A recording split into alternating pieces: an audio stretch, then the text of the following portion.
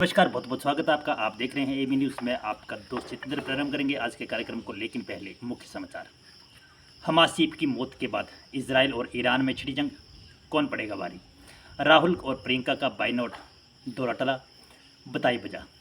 राहुल गांधी को अनुराग ठाकुर ने दिया ऐसा जवाब, मोदी भी कर गए तारीफ।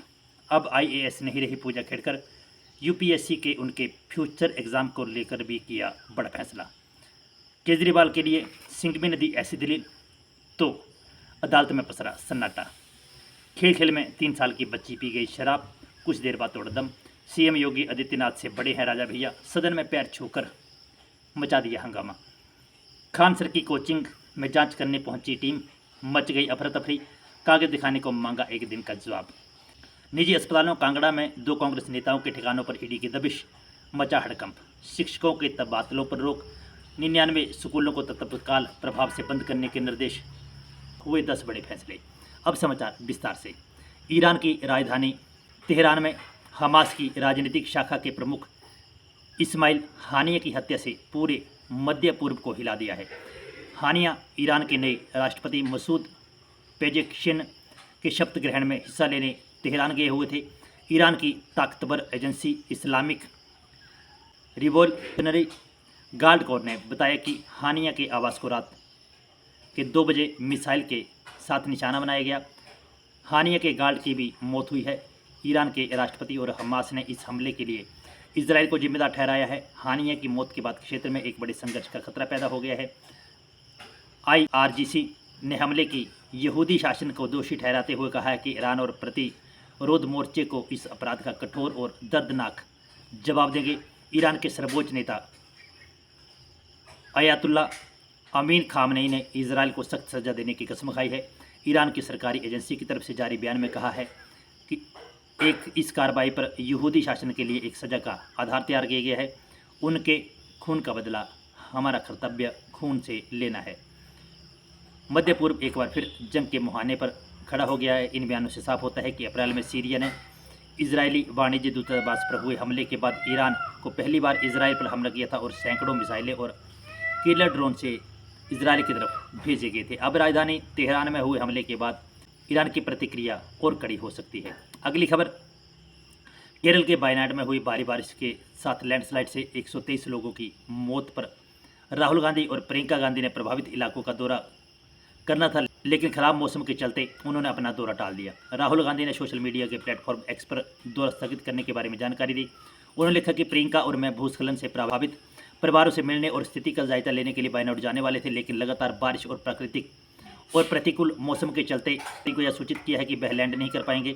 मैं वायनाड के लोगों को आश्वस्त करवाना चाहता हूं कि हम जल्द ही वहां आएंगे। इसी बीच हम हालात पर बारीकी पर नजर रखे हैं और सभी जरूरी सहायताएं प्रदान करेंगे। इस मुश्किल समय में हमारी संवेदनाएं वायनाड के लोगों के साथ हैं। वहीं प्रियंका गांधी ने भी एक्स पर अपना दौरा स्थगित होने की जानकारी दी। उन्होंने लिखा कि वायनाड के मेरे भाइयों और बहनों को भले ही हम बुधवार को वायनाड नहीं आ सकेंगे, परंतु इस दुख घड़ी में हमारी संवेदनाएं आपके साथ हैं और हम आपके लिए प्रार्थना कर रहे हैं।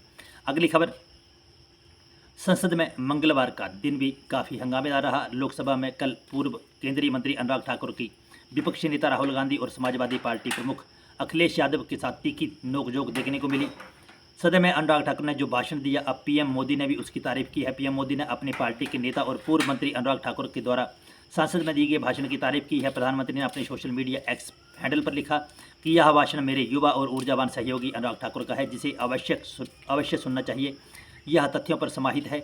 यह इंडी गठबंधन की गंदी राजनीति को उजागर करता है। राहुल गांधी को कमल की हिंसा से जोड़ दिया गया है, जिस पर अनुराग ठाकुर ने पलटवार करते हुए कहा कि एक नेता खड़े होकर कमल पर कटाक्ष किया, लेकिन कमल का नाम तो राजीव भी है, तो क्या वे राजीव गांधी को भी बुरा मानते हैं? अनुराग ने ऐसा कहकर राहुल गांधी के पिता स्वर्गीय राजीव गांधी की ओर इशारा किया। उन्होंने कहा कि मुझे पता नहीं कि उन्हें कमल से क्या आपत्ति है। कमल का पर्यायवाची भी तो राजीव है। शायद उन्हें इस बात का पता नहीं। अगर होता तो मुझे पूरी उम्मीद थी कि वे कमल के बारे में ऐसा नहीं कहते। अगली खबर, संघ लोक सेवा आयोग ने ट्रेनी IAS पूजा खेड़कर की सिविल सेवा परीक्षा 2022 के लिए अनंतिम उम्मीदवारी रद्द कर दी है। उन पर UPSC के सभी भावी परीक्षाओं चयनों पर स्थायी रूप से प्रतिबंध लगा दिया है। उपलब्ध अभिलेखों की जांच के बाद यूपीएससी ने खेड़कर को सीएससी 2022 के नियमों का उल्लंघन करने का दोषी पाया है। यूपीएससी ने वर्ष 2009 से 2023 तक 15,000 से अधिक अनुशासित उम्मीदवारों को सीएसी डाटा के 15 वर्षों की समीक्षा की है। संघ लोक सेवा आयोग द्वारा 18 जुलाई 2024 को सिविल सेवा परीक्षा 2022 की अंतरिम रूप से अनुशासित उम्मीदवार पूजा मनोरमा दिलीप खेड़कर को अपनी पहचान को गलत तरीके से पेश करके नियमों में निर्धारित अनुमेय सीमा से अधिक प्रयास करने के लिए कारण बताओ नोटिस जारी किया था। उन्हें 25 जुलाई 2024 तक ही एससीएन ने अपना जवाब प्रस्तुत करने को कहा था। हालांकि उन्होंने 4 अगस्त 2024 तक का अतिरिक्त समय मांगा था ताकि वे अपने जवाब के लिए आवश्यक डॉक्यूमेंट जमा करवा सकें। उन्हें दिए गए समय के अनुसार वो अपने डॉक्यूमेंट जमा नहीं करवा पाए और अब उनके ऊपर कार्रवाई हुई है। अगली खबर, दिल्ली शराब घोटाले केस में अरविंद केजरीवाल बुरी तरह से फंस चुके हैं। पहले ईडी और सीबीआई ने शिकंजा कसा।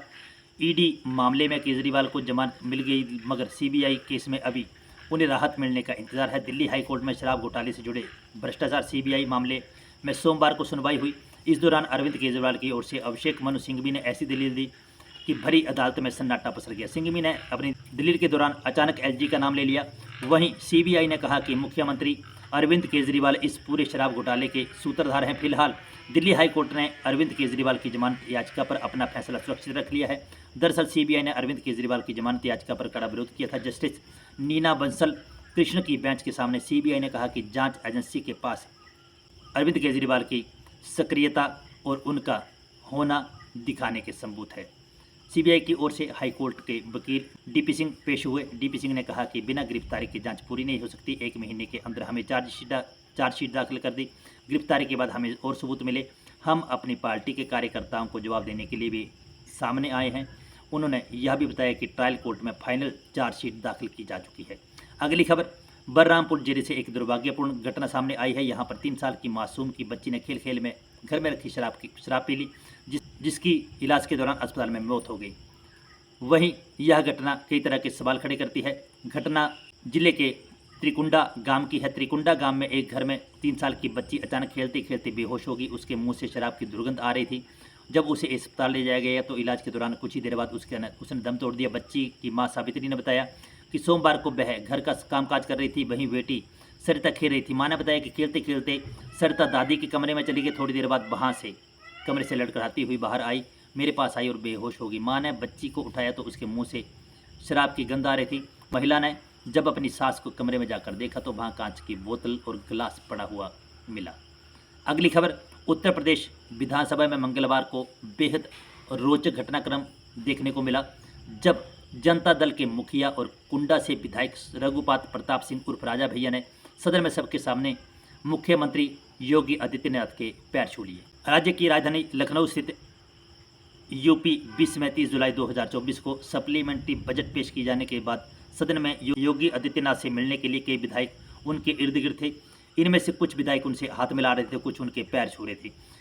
इसी बीच योगी आदित्यनाथ राजा भैया की ओर से दिए गए सम्मान के बाद हाथ जोड़कर अभिवादन स्वीकार किया। पैर छूने से जुड़ी तस्वीरें और वीडियो सोशल मीडिया पर आए तो देखते ही देखते वायरल हो गए। कुछ ही लोगों ने इन्हें लोकतंत्र को मजबूत करने वाली तस्वीर करार दिया। ताज़ा घटनाक्रम से जुड़ी रोचक बात यह रही, योगी आदित्यनाथ उम्र में राजा भैया से छोटे हैं, फिर भी उन्होंने यूपी सीएम का आदर देते हुए उनके पैर छुए हैं। योगी आदित्यनाथ फिलहाल 52 साल के हैं, जबकि राज प्रताप सिंह राजा भैया 54 साल के हैं, यानी उनसे 2 साल बड़े हैं। अगली खबर, दिल्ली कोचिंग हादसे के बाद बिहार के पटना में भी प्रशासन चौकन्ना है। यहाँ लगातार कोचिंग संस्थानों की जांच की जा रही है। कोचिंग सेंटरों की सुरक्षा व्यवस्था के लिए जिला प्रशासन एक्शन मोड में है। इसी दौरान एसडीएम खान सर के कोचिंग सेंटर पर जांच करने पहुंच गए। इस दौरान अफरा तफरी मच गई। जानकारी के अनुसार दिल्ली के राजेंद्र नगर कोचिंग में हुई घटना के बाद पटना के एसडीएम श्रीकांत कुंडलिक खांडेकर दल बल के साथ कई कोचिंग संस्थानों की जांच करने निकले। इस दौरान जांच टीम खान सर की कोचिंग में भी जायजा लेने पहुंची। इस दौरान जब वे खान सर के जीएस रिसर्च सेंटर पहुंचे तो पहले ही खान सर के कर्मचारियों ने एसडीएम को क्लासरूम दिखाने के नाम पर सीढ़ियों से खूब ऊपर नीचे करवाया, लेकिन क्लासरूम नहीं दिखाया। वहीं एसडीएम ने जब खान सर को ढूंढने लगे तो खान सर के कर्मचारी फिर एसडीएम को घुमाने लगे, लेकिन 10 मिनट के बाद एसडीएम ने खान सर को ढूंढ ही लिया। अगली खबर, प्रवर्तन निदेशालय ईडी चंडीगढ़, पंजाब सहित हिमाचल प्रदेश के कांगड़ा, ऊना, शिमला, मंडी, कुल्लू के 19 स्थानों पर छापामारी कर रही है। एएनआई के अनुसार छापेमारी फर्जी आयुष्मान भारत आईडी कार्ड बनाने और बांके बिहारी अस्पताल, फोर्टिस अस्पताल समेत कई निजी अस्पतालों के खिलाफ योजना के उल्लंघन करने के संबंधित मामले की है। ऐसे फर्जी कार्डों पर कई मेडिकल बिल बनाए गए हैं जिन्हें सरकारी खजाने और जनता को नुकसान हुआ है। वहीं लाभार्थियों को इसका लाभ नहीं पहुंच पाया है, लेकिन और ही चाटुकार इसके मजे ले रहे हैं। हिमाचल प्रदेश के नगरोटा से कांग्रेस विधायक एवं पर्यटन विकास निगम के अध्यक्ष आर.एस. बाली और पूर्व में देरा विधानसभा क्षेत्र से कांग्रेस प्रत्याशी रहे व कांगड़ा स्थित श्री बालाजी अस्पताल के डॉक्टर राजेश शर्मा के नाम भी फर्जीवाड़े में सामने आया है। कांगड़ा जिले के कांग्रेस के 2 नेताओं के ठिकानों पर ईडी ने दबिश दी है। करीब 40 गाड़ियों में ईडी की टीम सुबह पहुंची।